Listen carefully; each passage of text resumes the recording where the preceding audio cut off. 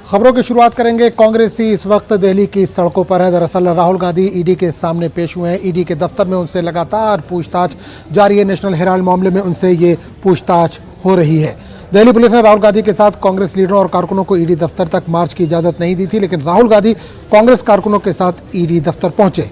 ED दफ्तर तक पहुंचने वाले तमाम रास्तों को पुलिस ने बैरिकेड लगाकर ब्लॉक कर दिया है। कांग्रेस के सीनियर लीडरान सैकड़ों पार्टी कारकुनान के साथ धरने पर बैठे हुए हैं। ऐसे में कई मुकामात पर कांग्रेस कारकुनों का एहतजाज जारी है और पुलिस ने कार्रवाई करते हुए एहतजाजी कांग्रेस कारकुनों को हिरासत में लेना भी शुरू कर दिया है। कांग्रेस के सीनियर लीडर हरीश रावत, के.सी. वेणुगोपाल, अधीर रंजन चौधरी, रणदीप सुरजेवाला और राजस्थान के वजीर आला अशोक गहलोत को पुलिस ने हिरासत में लिया। वादा है कि आज कांग्रेस राहुल गांधी को ईडी के सम्मन के खिलाफ सत्याग्रह कर रही है। दिल्ली समेत मुल्क के मुख्तलिफ मुकामात पर मरकजी हुकूमत और ईडी के खिलाफ एहतजाज का सिलसिला जारी है।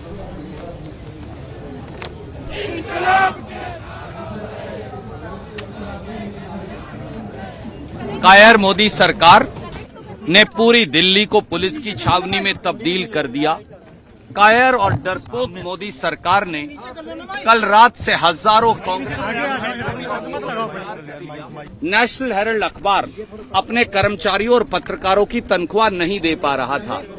हमें भारतीय राष्ट्रीय कांग्रेस ने ये माना कि स्वतंत्रता संग्राम के इस अखबार को चलाना, पत्रकारों की तनख्वाह देना, कर्मचारियों की तनख्वाह देना हमारा कर्तव्य है। और 67 करोड़ रुपया 2002 से 2011 तक भारतीय राष्ट्रीय कांग्रेस ने पत्रकारों की तनख्वाह, कर्मचारियों की तनख्वाह और वीआरएस का दिया।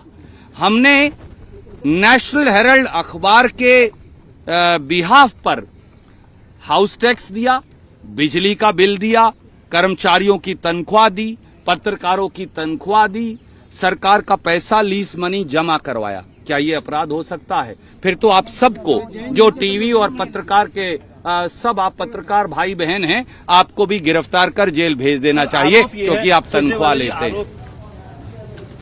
और इस पर मामले में बात करने के लिए हम सीधे रुख करेंगे दिल्ली के, जहां से हमारे नुमाइंदे रवि सिसोदिया इस वक्त सीधे तौर पर जुड़े। रवि सिसोदिया, बड़ी खबर दिल्ली से है। राहुल गांधी को सम्मन जारी किए गए थे ईडी की तरफ से और इस वक्त राहुल गांधी ईडी के दफ्तर में मौजूद है। पूछताछ जारी है। क्या कुछ चल रहा है इस वक्त ईडी के अंदर और बाहर?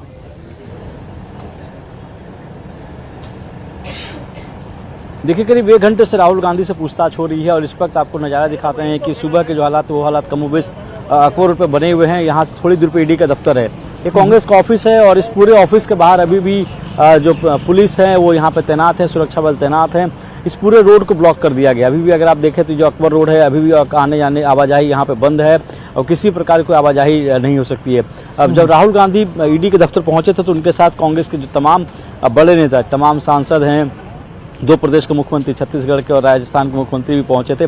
उन सभी को डिटेन कर लिया गया। राहुल गांधी अंदर पूछताछ हो रही है, उनसे राहुल गांधी सभी सवालों का जवाब जरूर दे रहे हैं, लेकिन जो लीडर्स हैं उनको डिटेन किया गया था और इसी वजह से अभी भी कई से लीडर्स हैं, या यूँ कहे कि कांग्रेस ऑफिस के बाहर घेराबंदी की गई है। दोनों तरफ की अगर बात करें, इस तरफ की अगर बात करें तो इधर यहाँ से थोड़ी दूर पे ईडी का ऑफिस है और यहाँ भी आप देख सकते हैं बैरिकेडिंग दिख रही है। तो किसी भी प्रकार से कोई भी लीडर जिनको डिटेन किया गया है या फिर और जो वर्कर हैं उनको यहाँ आने जाने की अब अनुमति नहीं है, जो ईडी के दफ्तर के इंतजार थे, क्योंकि कल मनाही कर दी गई थी। जो ईडी का दिल्ली पुलिस है, दिल्ली पुलिस की तरफ से परमिशन डिनाई कर दिया गया था और कहा गया था कि वहां पर जाने की अनुमति नहीं होगी। हालांकि उसके बावजूद भी मार्च करते हुए कांग्रेस के जो नेता हैं वहां तक पहुंचे थे। हालांकि अभी राहुल गांधी से पूछताछ जरूर हो रही है।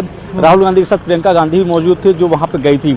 तो एक तरह से पूछताछ चल रही है और एक शक्ति प्रदर्शन के तौर पर देखा जा रहा है कि दिल्ली के अलावा पूरे देश भर में अगर आप बात करें तो पूरे देश भर में कांग्रेस का प्रदर्शन चल रहा है। जो तमाम ईडी के दफ्तर हैं देश के हर राज्यों में, वहां पे ईडी के दफ्तर, वहां पे कांग्रेस के वर्कर्स हैं, वो प्रोटेस्ट कर रहे हैं। एक सॉलिडिटी दिखाने की कोशिश की जा रही है कि राहुल गांधी से जो पूछताछ हो रही है वो एक विंडिक्टिव पॉलिटिक्स की तरफ है। ये स्टैंड है कांग्रेस का और इसी बाबत पूरे देश में एक धरना या यूं कहें कि एक सत्याग्रह का कॉल किया गया था कांग्रेस की तरफ से। कांग्रेस वर्किंग कमेटी की जब बैठक हुई तो उस दौरान ये तय किया गया था कि उसमें जो तमाम लीडर्स होंगे वो लीडर्स पार्टिसिपेट करेंगे और जिस तरह से ईडी ने सम्मन जारी किया था, जो पूछताछ की जा रही है, उसको लेकर एक कहीं ना कहीं उस पूरे मसले को लेकर पूरे देश में प्रदर्शन किया जाएगा।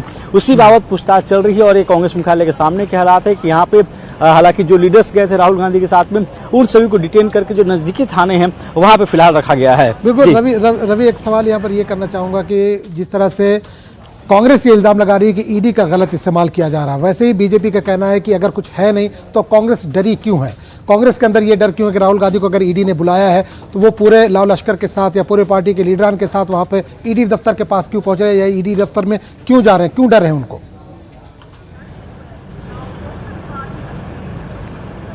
बिल्कुल, देखिए अभी पहले यहाँ आप देखें कि जिस तरह के हालात थे, बैरिकेडिंग की गई थी, उसके बावजूद भी कांग्रेस का लीडर्स का यहाँ इकट्ठा होना, जो कांग्रेस शासित राज्य के मुख्यमंत्री हैं उनको यहाँ आना, जो सांसद हैं उनको आना, कांग्रेस वर्किंग कमेटी के तमाम लीडर्स को आना, तो एक तरह से एक शक्ति प्रदर्शन के तौर पे भी इसे देखा जा रहा है। क्योंकि सवालों की अगर बात करें तो दोनों तरफ से सवाल जवाब किए जा रहे हैं। कांग्रेस की तरफ से सवाल किए जा रहे हैं, कहा जा रहा है कि विंडिक्टिव है। बीजेपी की तरफ से कहा जा रहा है कि अगर कुछ नहीं था तो इस तरह का शक्ति प्रदर्शन की क्या जरूरत थी। तो एक तरफ से कांग्रेस की तरफ से दिखलाने की कोशिश है कि वो अपने नेता राहुल गांधी के साथ खड़े हैं, और इसी बाबत तमाम लोगों को कॉल किया गया था कि जितने भी लीडर्स हैं वो यहाँ पे इकट्ठा होंगे कांग्रेस मुख्यालय में और यहाँ से मार्च करते हुए, क्योंकि यहाँ से ईडी दफ्तर की दूरी बहुत ज्यादा नहीं है, करीब 1.5 किलोमीटर की दूरी है। 1.5 किलोमीटर की दूरी के लिए जो तमाम लीडर्स उनको बुलाया गया था, पहले मार्च का कार्यक्रम था। और देश के राज्य पूरे देश में जितने पूरे देश में की बात करें जहां भी ईडी के दफ्तर हैं हर राज्य में, वहां पे भी एक कॉल दिया गया था जिसमें तमाम जो लीडर्स हैं उनको कहा गया था कि आप वहां पे जाएं और जब तक राहुल गांधी से पूछताछ शुरू होती है और जब तक खत्म होती है तब तक वहां पे सत्याग्रह करें, वहां पे बैठे।